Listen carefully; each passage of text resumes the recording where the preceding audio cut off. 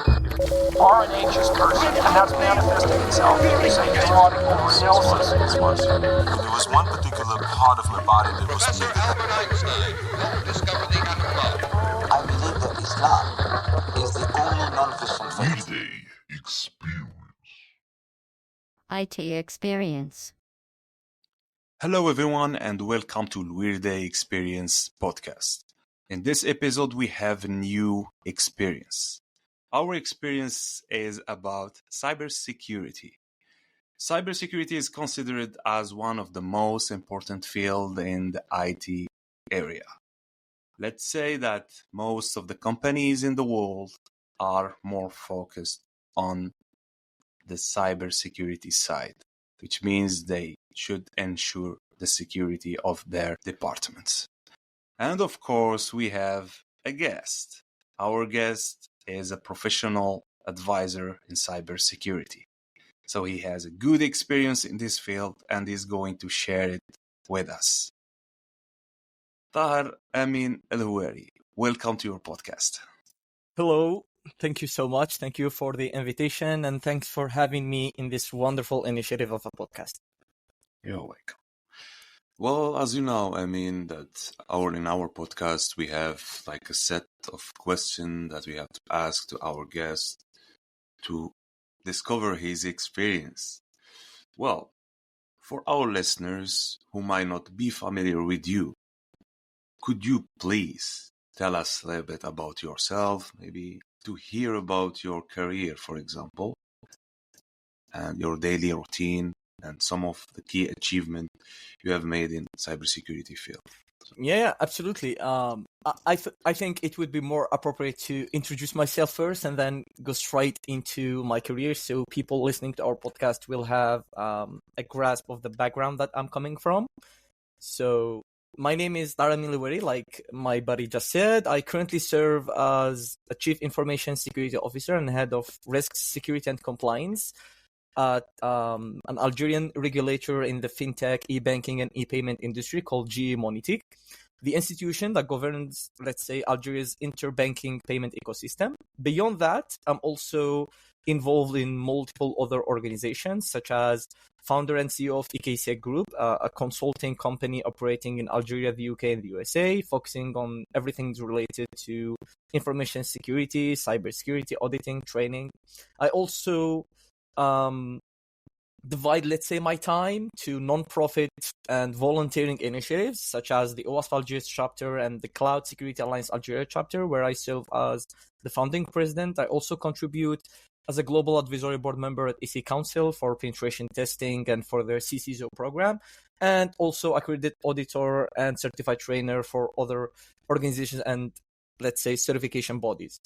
But in terms of my career, like you mentioned, the early beginning was purely and very, very technical. So my work was more like security assessment, security operations, pen testing, let's say, aligned as an example with the PTS methodology, incident handling, digital forensics, and so on. I honestly loved the hunt, the technical puzzle, if you know what I mean. But after a certain time, we cannot always focus only on the technicalities because information security is much more bigger than that. So of course. I realized quickly, like, technical fixes in some way do not scale. Like, let me give you an example so I can clarify. I could exploit, as an example, 20 vulnerabilities this week, but if the governance and the culture of the security people and the overall collaborators didn't change, then obviously the same 20 vulnerabilities would resurface the next quarter. So that was kind of my story behind that transition, like from, let's say, from a keyboard warrior to some sort of systems builder in some sort. So today, let's say, a typical day for me balances in some sort 3 dimensions, notably governance, strategy, and operations. So when I say governance, let me give you an example, like reviewing the security posture program with metrics or KPIs, key performance indicators, aligned to, as an example, the ISO 27004 for everything related We are to going just to measurements, discuss. defining KPIs, and Yeah, so on. for sure. Absolutely. We are going just to discuss about it. Like we are going just to discuss in details about this kind of certificate. So if Yeah, you are just obviously. Yeah, I'm not, of course, but I'm trying to describe, like the career that I'm having today and how I balance between strategic things and technical things.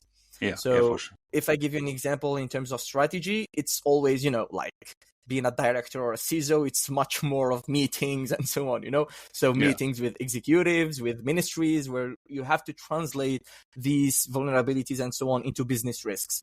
So like trying to be compliant with the regulations. As in Algeria, as an example, we have the 1807 law, which concerns the protection of personally identifiable information. So it's more like data protection, data privacy. It's similar to the GDPR in Europe. And also in terms of operations, it's all about staying hands-on, like validating detections, reviewing red team findings, mapping, let's say, supply chain risks, and so on. So to summarize, my day is a constant blend between the ISO auditor's rigor, the CISO strategy, and that ethical hacker's curiosity. So that's all. Well, that's a great It's too job. much. Like, so yeah, I see. Well, so we're gonna just pass to the second question, and the second question say like, was there one specific certification or learning journey that had a significant impact on your career, or fundamentally changed the way you think about security? What do you think? This is an interesting one. Yeah. I know that you have just to the audience, because they should know that you have several certifications. It's around maybe 250 certification related to the or referred to the field of cybersecurity. So could you just give us one specific certification or two maybe to describe Actually that's right. Up to this day, I hold around, let's say, 240 certifications. There is a blend between certificates and certifications, but there is only one. Well, there are multiple ones, like you said, but I always mention only one, the CISSP, the Certified Information Systems Security Professional by the International Information Systems Security Certification Consortium, or known as the ISC2. Honestly, this was the only certification that completely kind of changed my mind in terms of how I see information security and cybersecurity. But for the record, I did not start with certifications. Like, I hold around today, I have over, let's say, 15 years of experience, and I only started doing certifications in the past 5 years and up to this day. So the 10 years before that, or let's say the decade before that, was juggling between different programs, roles, and so on. So the CISSP kind of gave me some sort of a mapping and at the same time a reorganization of everything I know inside of my head. So it gave me some sort of a breadth. It kind of forced me to think of security as governance, risk, and compliance, while aligning it with other standards, laws, regulations, frameworks, and so on.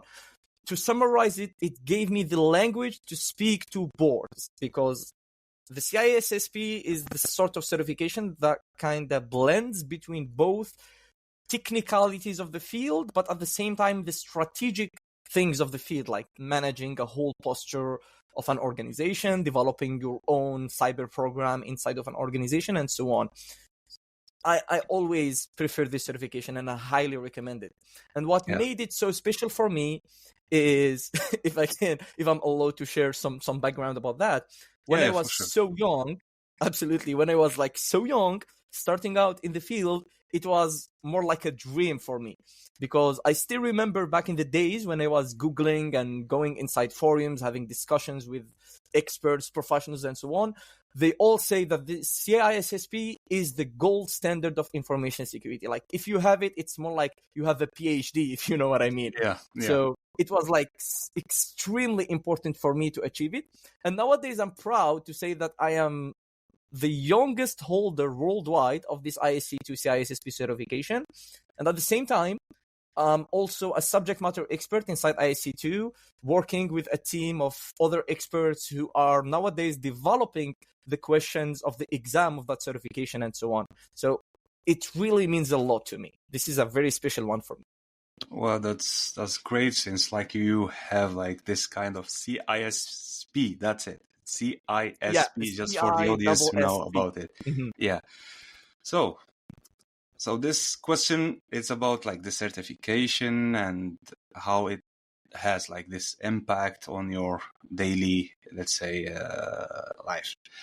Well, now we have another question, and this question is more about companies. So we are going to discuss about like companies and how they deal with security, etc. So can you just explain how modern companies are building security into the development process from the very beginning, and not just as like an afterthought? Yeah. This is a very interesting one because, like nowadays the majority of like security risks and vulnerabilities come from the SDLC process when it is not that secure, and this is why we have the SSDLC. So this is a concept that comes from something that we call in the industry security by design. And security by design nowadays is something that is no longer optional.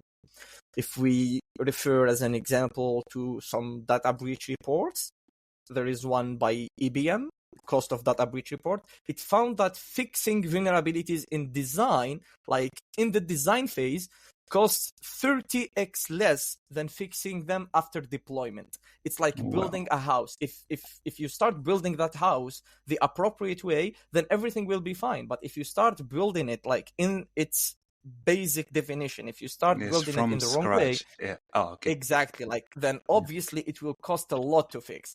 And that's why companies started adopting this security by design concept. And if we do a certain mapping between that and your question, then we will end up talking about the SSDLC or the secure SDLC alongside the DevSecOps. So SDLC is the software, and some people refer to it as system development lifecycle as a process. And we also have the SSDLC, the secure software development lifecycle, which is guided nowadays by multiple standards, frameworks, and so on that will help us build software or systems based on security in mind. So we do have some examples like the ISO 27034, which provides the guidelines and the best practices in terms of governing application security. We also have the OWASP, the Open Worldwide Application Security Project, that are much focused on application security. They have multiple frameworks such as the SAM or the ASVS, the SAM that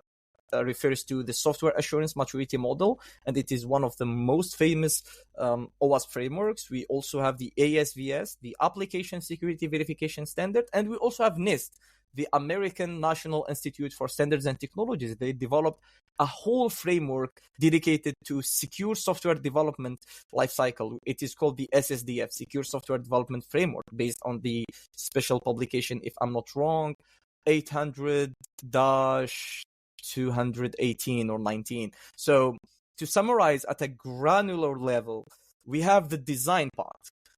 The design part where you have to establish the certain baseline. But before that, we do have the requirements, because the regular SDLC process, it's about 5, and some people call it 6 phases.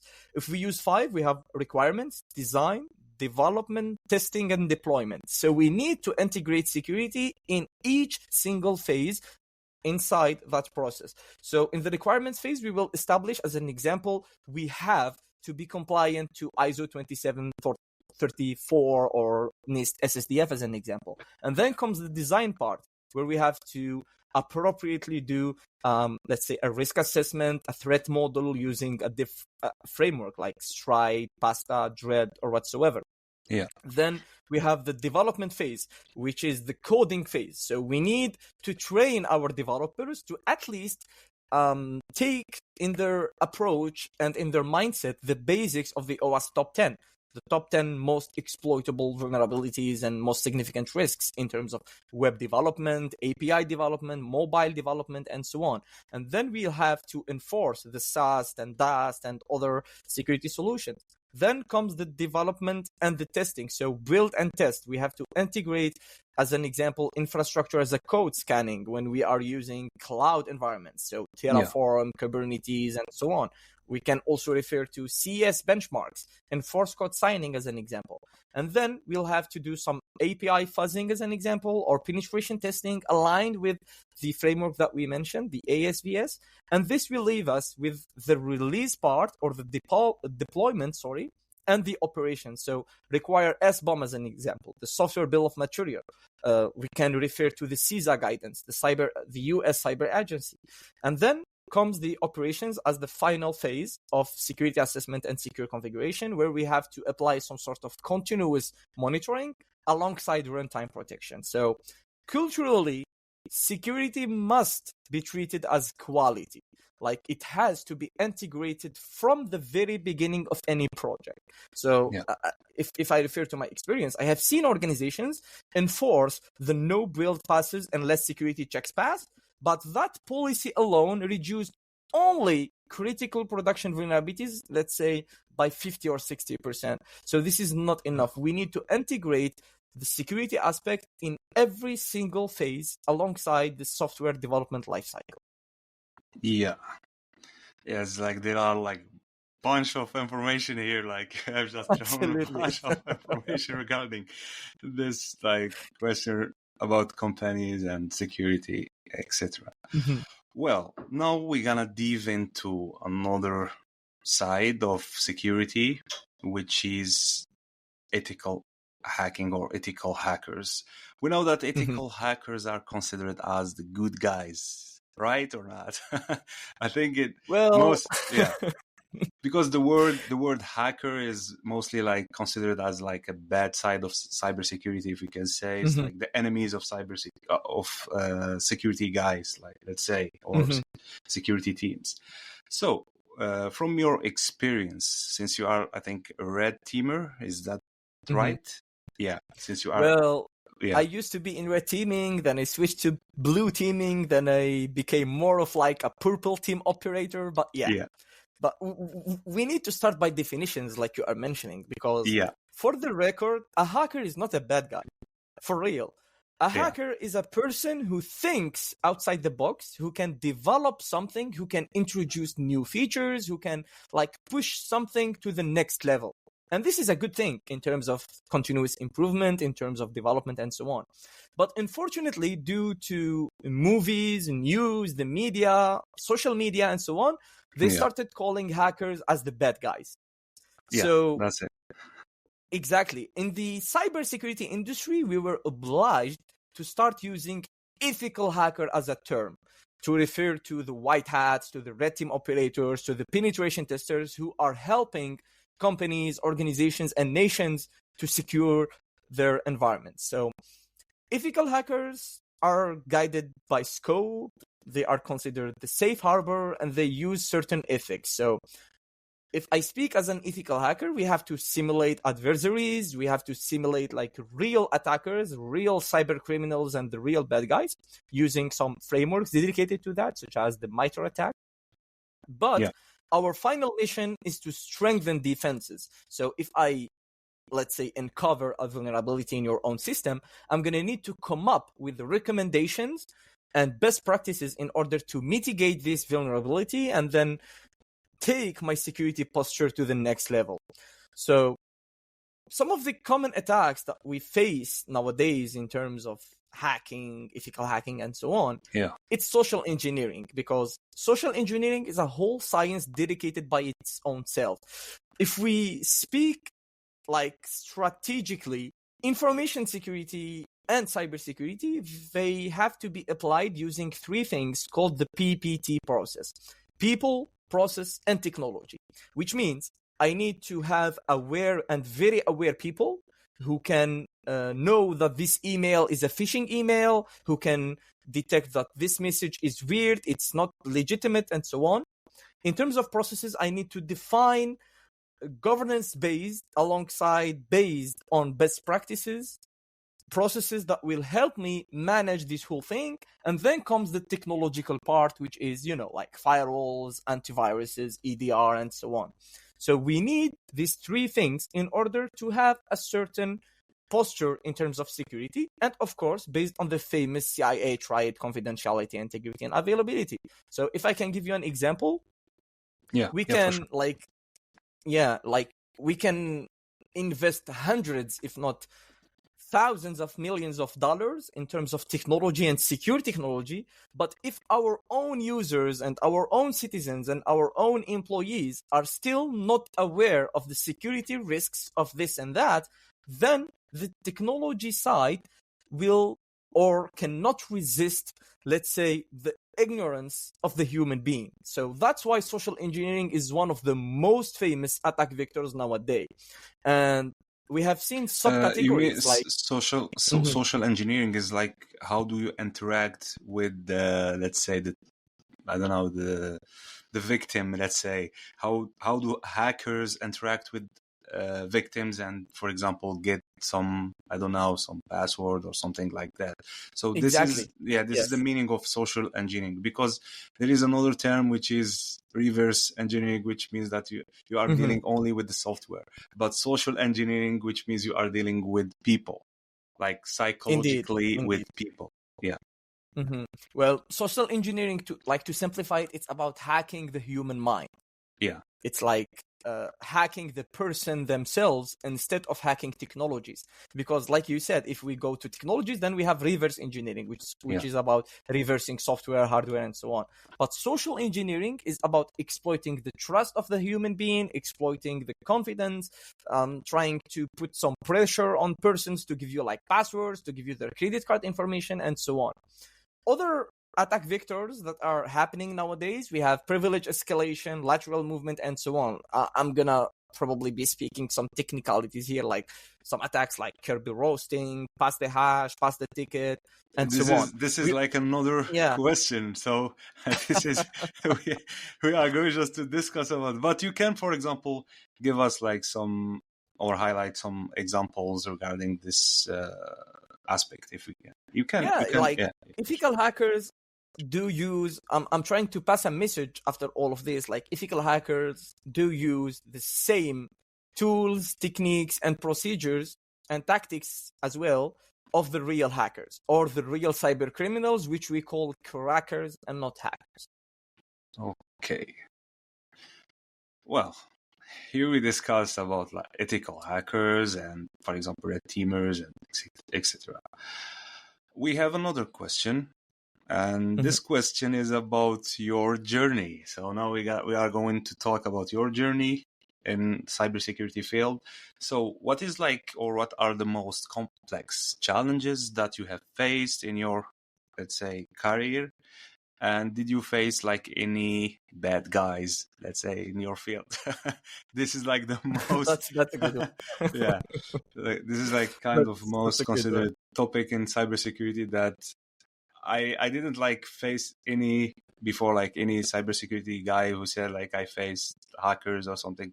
Mostly they focus on security, but this question like come to my mind every time. Like, did like cybersecurity guy or you as an expert in this field face something like that? Well, in fact, yes. Let me explain. Well, like I shared in a couple of minutes ago, I used to be very, very technical, which means I used to deal with technicalities. So me personally, I have witnessed real-time attacks. I have worked on real-time incident response operations facing real cyber criminals, real like ransomware attacks, and so on. But if I speak the truth and be completely transparent and honest, the hardest challenges are really cultural and organizational. They are not technical. Let me explain. The technicalities or the technical side of the industry is based on a certain logic. And that logic, we are raised with it. Like 1 + 1 = 2. There is no other answer. There is a logic behind that.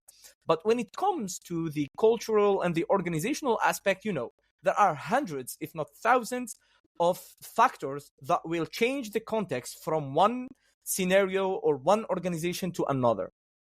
Like attackers innovate so fast, but unfortunately, organizations are moving at a very slow pace, constrained by like legacy systems, budgets, and also resistance to change. And all of these factors will impact your overall security posture a way or another. So yes, I have faced real adversaries. As an example, one ransomware case on a very critical infrastructure was a turning point. It was a life-changing experience. Containment required, isolating networks, shutting the lateral spread, restoring backups, and so on. But the true battle was crisis leadership.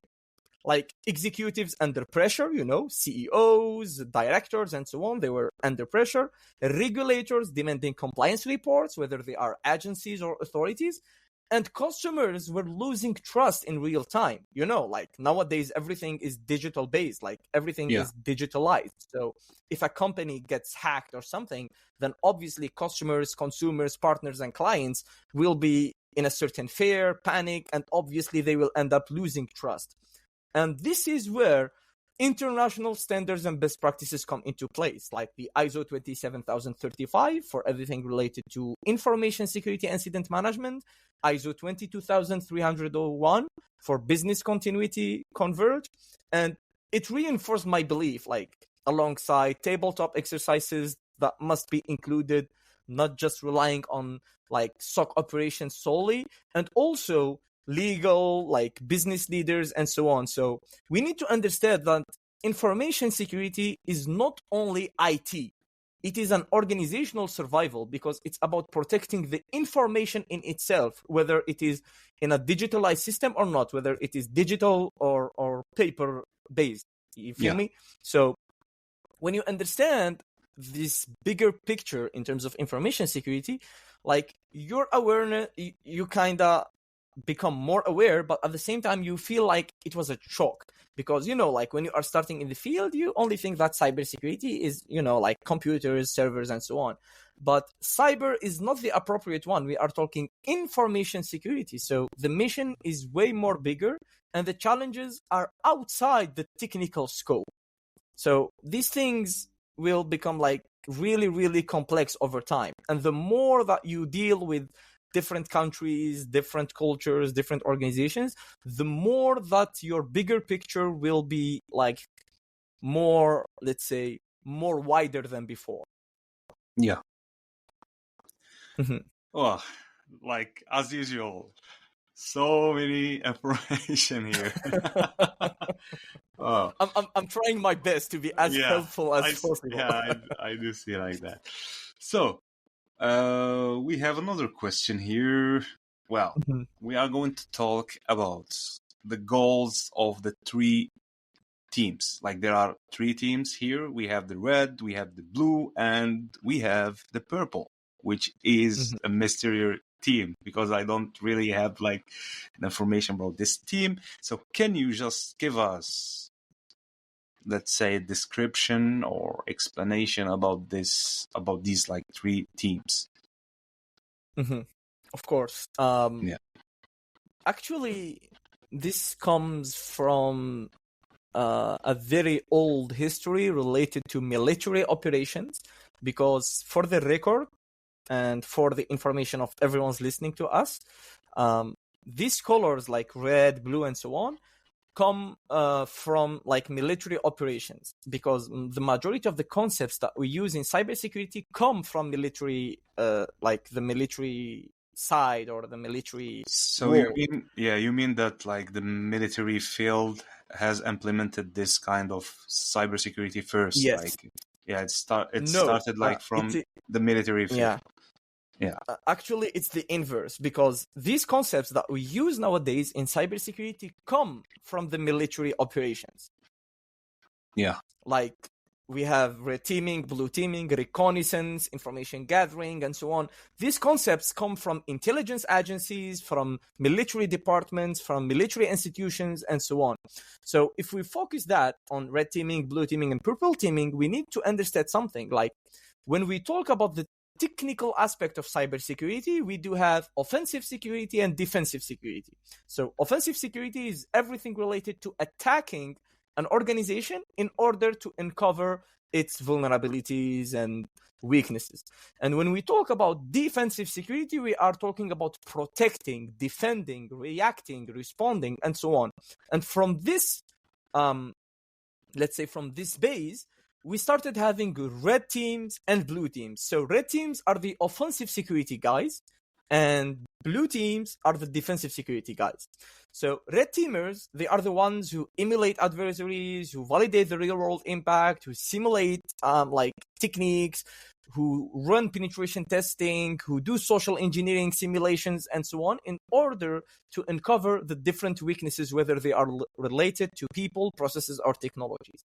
But when we talk about blue teaming and the defensive aspect of the cybersecurity industry, then, like I said, these guys, they are the ones who defend our institutions, who monitor cyber attacks, who detect cyber events, and respond to cyber incidents. And then comes the purple teaming, which is more of a concept or an approach more than a team in its form. So when we say purple teaming, to simplify, it is the structured collaboration between the two teams. It's like the blend between red and blue. And in fact, the purple color, as you all know, it is the blend of Mixed. red and blue. Yeah, Exactly. so it's a mix between. Exactly. So purple is where maturity accelerates. The red transparently executes attack chains or miter attack chains, and the blue tunes detections live and does the detection engineering. And then the outcome of this whole operation is measurable. We reduce the MTTD, we improve detection coverage, and so on. I have seen, as an example, organizations halve their MTTD within one quarter by embracing purple as a philosophy. And there are some frameworks and best practices based on that. So it's not red versus blue. No, it is a feedback loop. It is a collaborative approach between the two. And that's where purple teaming becomes live in an organization. Wow, that's great. So there's like there is a difference between them. Like I was thinking that the Absolutely. purple is Well, let's continue here. So what's Sure. the next question? So we're gonna pick a question here about two types of networks. We have, I think, ICS and SCADA. So why is the security of ICS and SCADA? ICS means industrial control systems, and SCADA is like SCADA networks is, I think, supervision, control, and SCADA. What does it mean exactly? Supervision. The supervisory control and data acquisition. Yeah. Data acquisition. Thank you. So different and in many ways more critical than traditional IT security. So why is this? Let's say these two types are so different. Mhm. What do you think? Actually, it is not more critical than IT, or IT is more critical than OT, because in nowadays we do have IT and we have OT. So we have information technology and we have operational technology. And the things that you are referring to, like ICS and SCADA and so on, they are part of OT. But the priorities change between the two. So IT, as an example, it's like telecommunication systems, banking systems, and so on. And these things are extremely critical, and they are considered critical infrastructure in any country in the world. But the same thing goes for OT. We have industrial plants, we have oil and gas, water facilities, nuclear facilities, and usually these things fall under the OT side. So we have to understand the OT first. OT contains something called the IACS, or the Industrial and Automation Control System, and it's referred to ICS, Industrial Control Systems.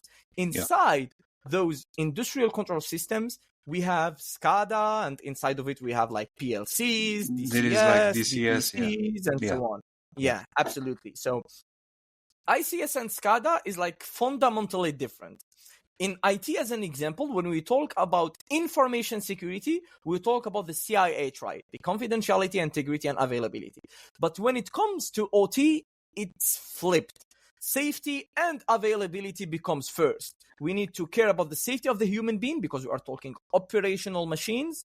Like, sorry for the term, but these machines might kill a human being. It's not about exposing data or hurting the reputation and so on, or stealing pictures and videos. You mean the industrial machines? That's it. Exactly. OT is all about industrial machines. So the safety and the downtime is not like just lost revenue. It's blackouts, it's water contamination, even loss of life, if you know what I mean. So the challenges include like legacy systems, vendor dependencies, and so on.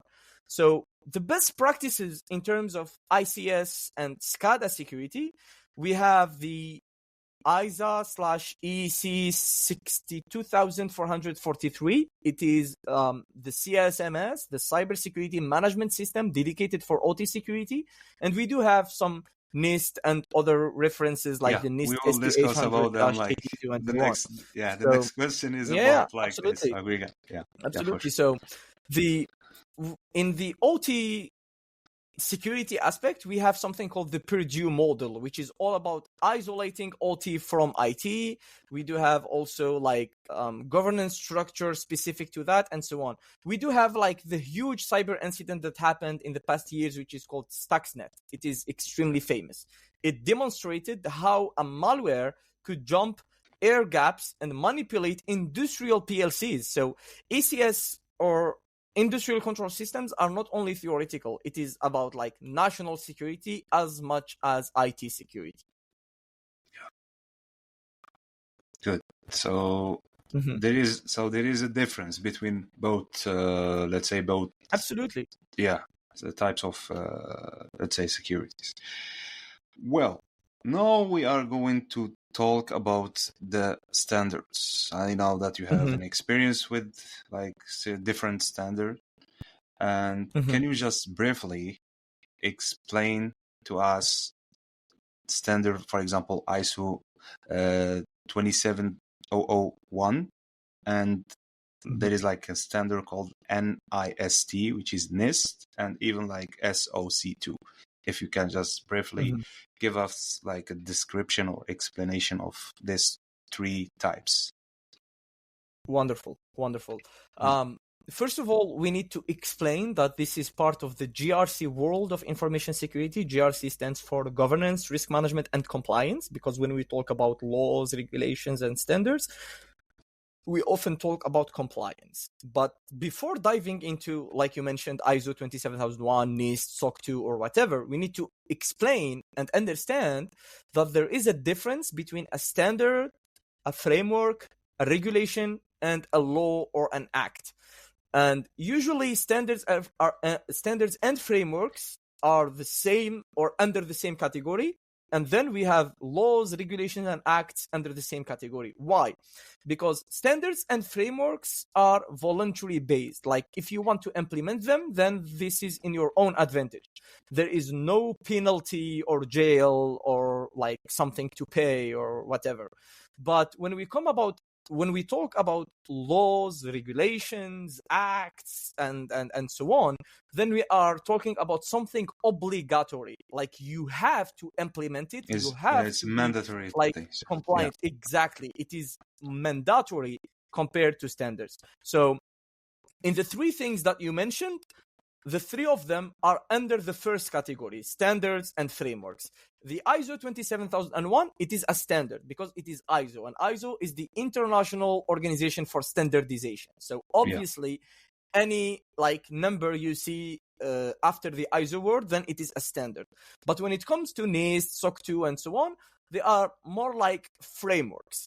Even though NIST is the National Institute for Standards and Technologies, but worldwide, NIST is considered framework. And they have the famous framework in cybersecurity called CSF, the Cybersecurity Framework. And the difference between an ISO standard and another security framework is that an ISO standard is audited, but a security framework, not from ISO, it is assessed and not audited. So when we talk about ISO 27001, it is the global information security standard for ISMS. ISMS means Information Security Management System. And a management system can get audited and can be certified and so on. So you can get a certification under the ISO 17021 for the accreditation and 27006 for accredited for certification bodies accredited under an accreditation body. So this is a whole nother story. And when it comes to NIST CSF, the NIST CSF is a cybersecurity framework. It is also a risk-based framework similar to ISO 27001, and it has in its latest version, the CSF 2.0, it has 6 functions: govern, identify, protect, detect, respond, and recover. So like I said, the ISO 27001, it is the standard for information security management system. NIST CSF is a cybersecurity framework. And SOC 2, it is more like nowadays used as a framework in order to provide an assurance report under the AICPA trust service criteria. So to summarize, I often advise to use ISO to plan, NIST to implement, and if we'd like to add SOC 2, then to assure customers. And SOC 2 does not mean Security Operations Center. In this context, it means services and organizational controls, if I'm not mistaken. So we can map the controls to avoid duplication in case we have to implement the 3 of them. And we have organizations who provide ready mappings for the 3 of them. So all of these are powerful tools for integrated compliance or for integrated governance, risk, and compliance programs inside an organization. Yeah. So you mean that we should like use them? It's preferable if we use them all the 3, like 3. Yes, and more. Yeah. Yes. Well, now we're gonna go to the other side of the world, and we will talk about something related to companies also, but it's more about the beginning, which means that if a startup company, let's say, is looking to build cybersecurity department, what is your first piece of advice to them? This is an interesting one because, like startups nowadays are probably the preferred victims of cyber attackers because startups often overspend on tools before understanding their own risks, and due to their speedy progress, they usually forget the security side of the business. So if I can provide them with like a blueprint based on recommendations, I would say that there are like 3 months. The first 30 days, you have as a startup to do your asset inventory. You have to inventory your assets in order to identify your crown jewels. The crown jewels in this context means your most critical and mission critical assets in terms of business and the continuity of your own business as a startup. And then you can adopt like a 6 seed policies like access policy, change policy, vulnerability policy, incident response vendor, and secure development, because the majority of startups are proposing products, services, software, and so on. So they are developing things, but these things have to be developed based on a secure mindset, like we talked, the SSDLC, the secure by design, and so on. And then in the next 30 days, technical wise, you need to implement an EIM hygiene. EIM stands for Identity and Access Management, and this is extremely important for assuring access control, whether it is like logical or physical. You need also code scanning, CI/CD checks, and so on. In the 30 days after, you have to start thinking about implementing a cyber program based on like a framework such as NIST CSF or CES controls as an example in order to give simple, scalable starting points. Because remember, security is about culture before technology. And always remember that information security is people, process, and technology, because the majority of startups only focus on the technological aspect. Yeah. So they don't care about the, let's say, the compliance and this stuff. Like they mostly care Yes. about the technical aspect, which means like how to establish server, how to, for example, Exactly, yeah. Well, we will arrive to the phase of the quiz, and imagine that we are in a coffee shop right now, and I Okay. will give you some, let's say, some choices and some verses, and you are going to tell me, or you are going just to pick one of the choices. But the condition Mhm. is, if you choose two, let's say, choices at the same time, like both of them, in this case, Okay. you have to drink like a shot of coffee. Okay? So, Okay. the first one is privacy or security. What do you think, Em? Um, Honestly, I would choose security. But for the record, privacy is its inseparable twin. Because if you truly ensure security appropriately, then you are obviously doing somehow both. Yeah. So you choose security.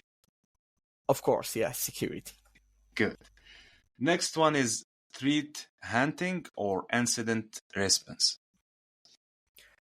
This is easy. I would go with threat hunting because proactive is much more important than reactive. Like the quote says, proactive beats reactive, because threat hunting is a proactive approach and incident response is a reactive approach.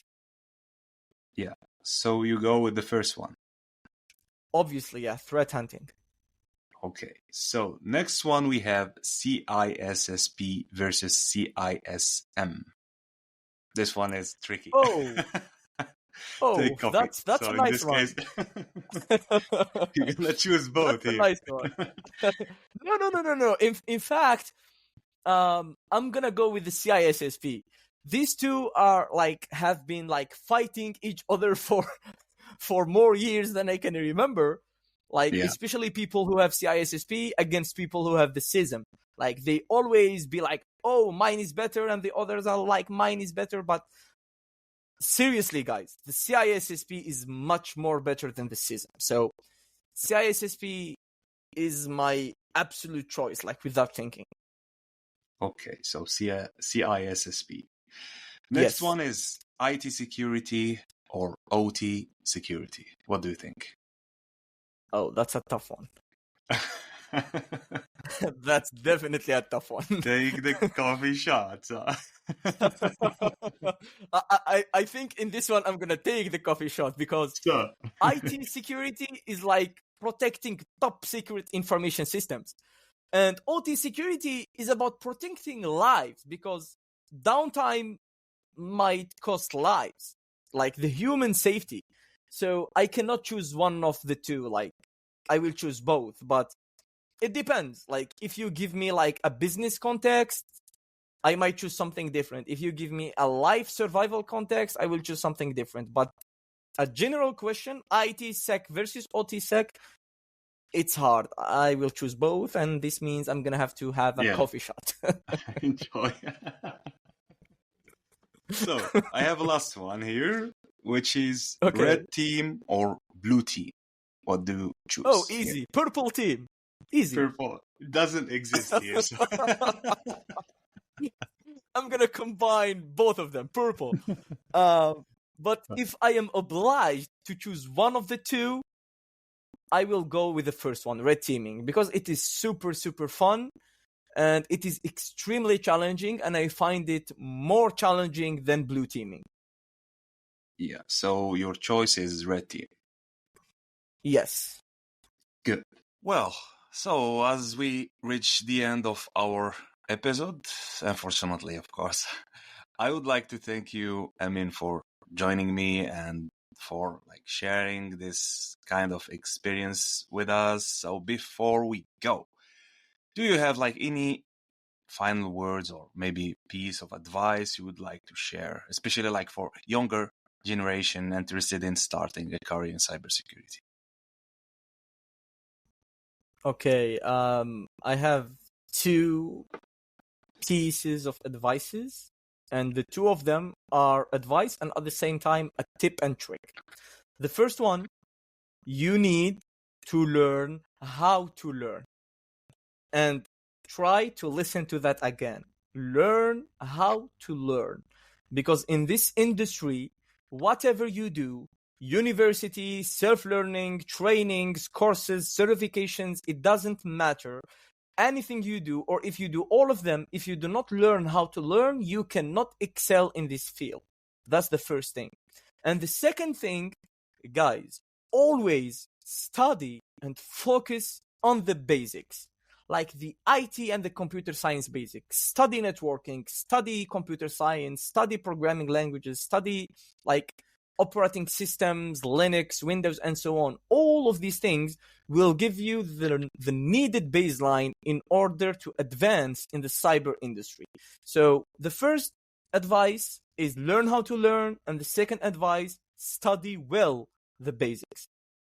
Yeah, I totally agree with that. So thank you, Emin, again for this advice, and to all our listeners, thank you for tuning in and following our journey. We promise to bring you another episode, of course, soon with a new guest and more fascinating stories. Stay tuned. Salam.